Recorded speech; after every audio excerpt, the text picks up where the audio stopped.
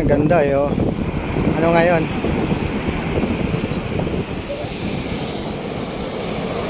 So, atras tayo. Ang tawag yan, yung low tide, yung maalon. Ganda ng ano ng araw eh, oh.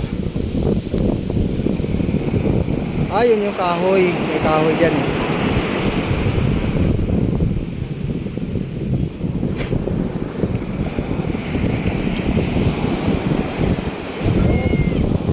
Laki oh. Oh. Ganda. Solid. Solid yung ano. Community service eh. Naligo pa. Libre.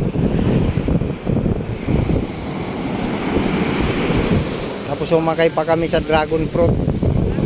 Dragon fruit na green. Sumakay kami kanina.